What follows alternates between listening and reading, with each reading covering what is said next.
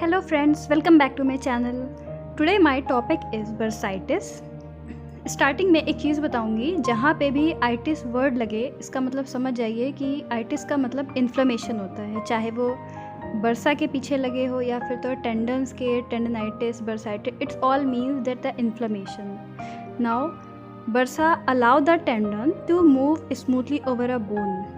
And हमारे body में total 160 bursa present होती है. And bursa is just like sac which is filled with a lubricating fluid.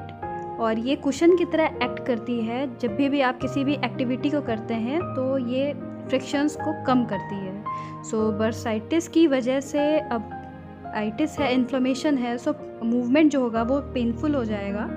So this is all about bursa. Now if I will talk about the common sites of bursitis, then there are many sites which is infected by. So some of them are as follows: subacromial bursitis, olecranon bursitis, जो कि students में देखने को मिलता है. बहुत देर तक अगर एल्बो के सहारे बच्चा बैठता है तो वहाँ पे इन्फ्लेमेशन स्टार्ट हो जाता है. प्री पटेलर बर्साइटिस, जो बैठ के पोछा लगाते हैं पहले के लोग, तो उनमें ये काफ़ी देखने को मिलता है. एंड इंफ्रा पटेलर बर्साइटिस, जो कि नींद में मिलता है. एंड प्री पटेलर बर्साइटिस, जिसे बेकर सिस्ट भी कहते हैं. ट्रोकैंटरिक बर्साइटिस, जो हिप में है. And एकाइलिस bursitis. रेट्रोकैल्केनियल, ये आपको एथलीट्स में देखने को मिलेगा. ईस्चियल बर्साइटिस, जिसे वीवर्स बॉटम कहते हैं. And the last is iliopsoas bursitis.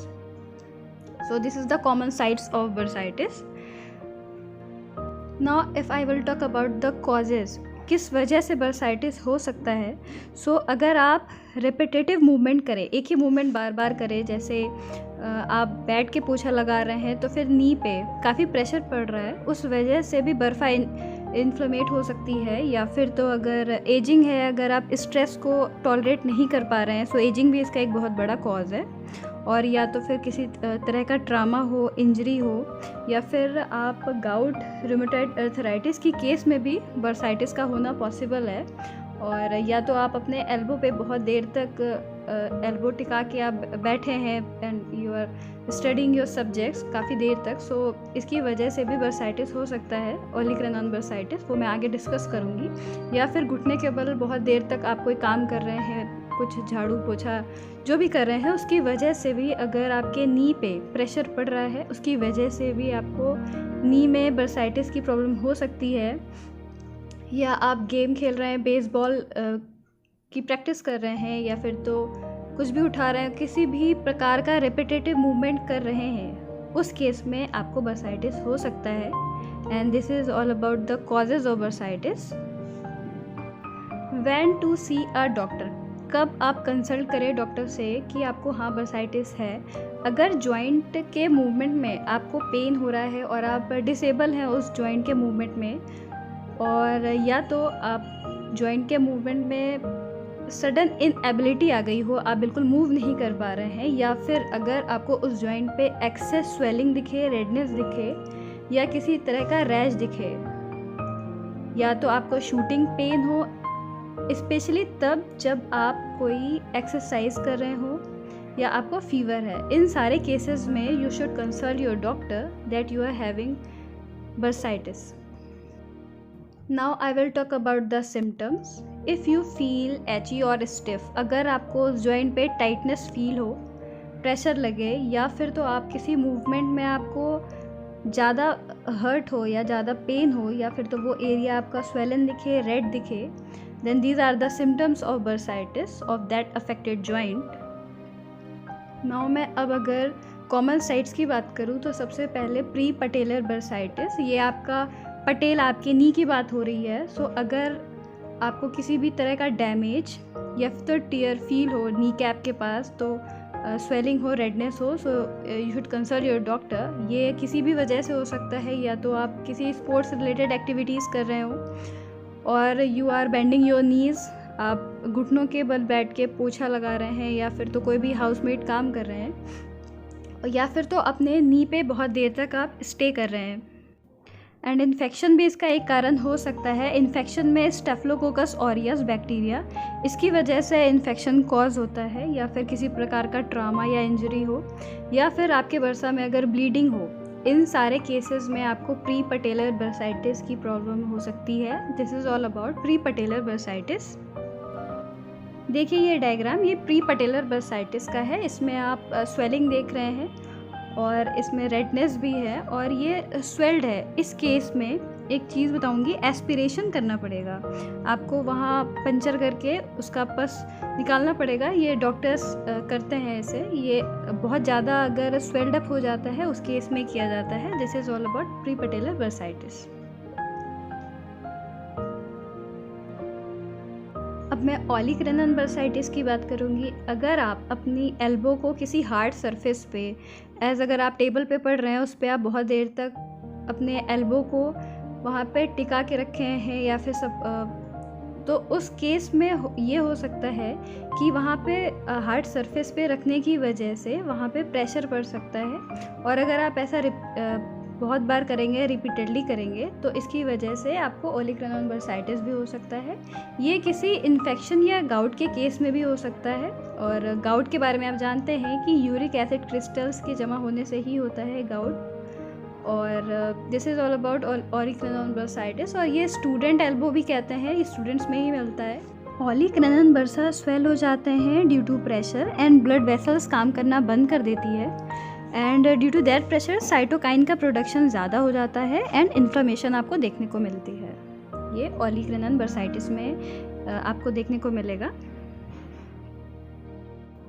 तो ये है ओलिक-रेनन bursitis.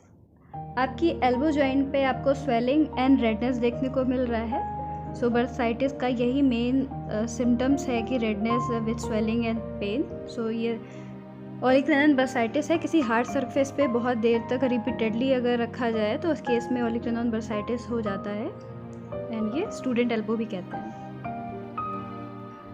And now here comes the trochanteric bursitis. ये आपके हिप रीजन में होगा।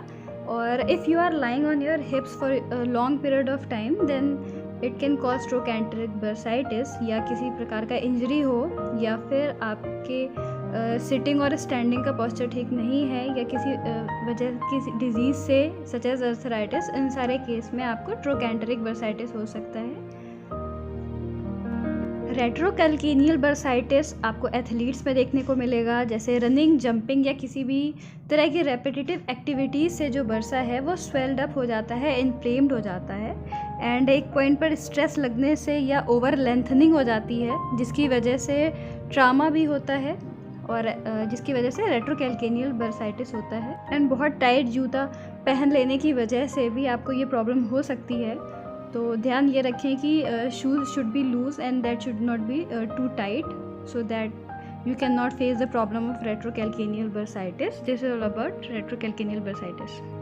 Now if I will talk about the risk factor. So risk factor में सबसे पहले आपका एजिंग, अगर आपकी एज 50 अबव है and you are unable to tolerate stress, so आपको वो काम नहीं करना चाहिए। And in case of chronic medical problems, और अगर आप किसी भी स्पोर्ट्स में बार बार पार्टिसिपेट कर रहे हैं किसी एक्टिविटीज़ में, so this can also cause you bursitis. और पोस्चर गलत होने की वजह से भी, या इन्फेक्शन के केस में स्टेफिलोकोकस ऑरियस की वजह से इन्फेक्शन हो सकता है। और बर्सा में किसी भी तरह का इन्फेक्शन हो, बोन में या जॉइंट्स में किसी तरह का इन्फेक्शन, ये सब आपके रिस्क फैक्टर्स में ही आएंगे। Now here comes the prevention. सारे बर्साइटिस क्योर नहीं हो सकते, प्रिवेंटेड नहीं हो सकते, लेकिन आप उसे होने का रिस्क कम कर सकते हैं। अगर मैं मैनेजमेंट की बात करूं, सो मैनेजमेंट में आप PRICE याद रखें। P for prevention, R means rest, I means ice and C means compression and E means elevation. आपको करना ये है कि सबसे पहले उसकी स्वेलिंग कम करनी है। सो कोई एक्सरसाइज नहीं कराएंगे आप उसे जब तक उसकी स्वेलिंग कम ना हो जाए। और स्वेलिंग कम करने के लिए IFT, इंटरफेरेंशियल थेरेपी, सबसे बेस्ट है।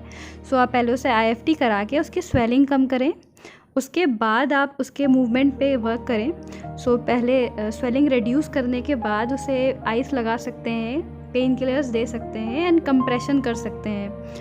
कोशिश करें कि उसका वो पार्ट एलिवेट रहे और अल्ट्रासाउंड का 10 इलेक्ट्रोड से आप उस ट्रिगर पॉइंट पे लगा सकते हैं पल्स मोड में, या कंप्रेशन, आइसिंग एंड बैंडेजिंग आप यूज़ कर सकते हैं। बहुत एक्सेस पेन में आप उसे हाइड्रोकॉर्टिसोन इंजेक्शन भी कह सकते हैं लगाने के लिए, और नी कैप्स यूज़ करें कंप्रेशन के लिए। और that's all about the prevention and management of bursitis. Thank you for watching my video. I hope आपको समझ में आया हो।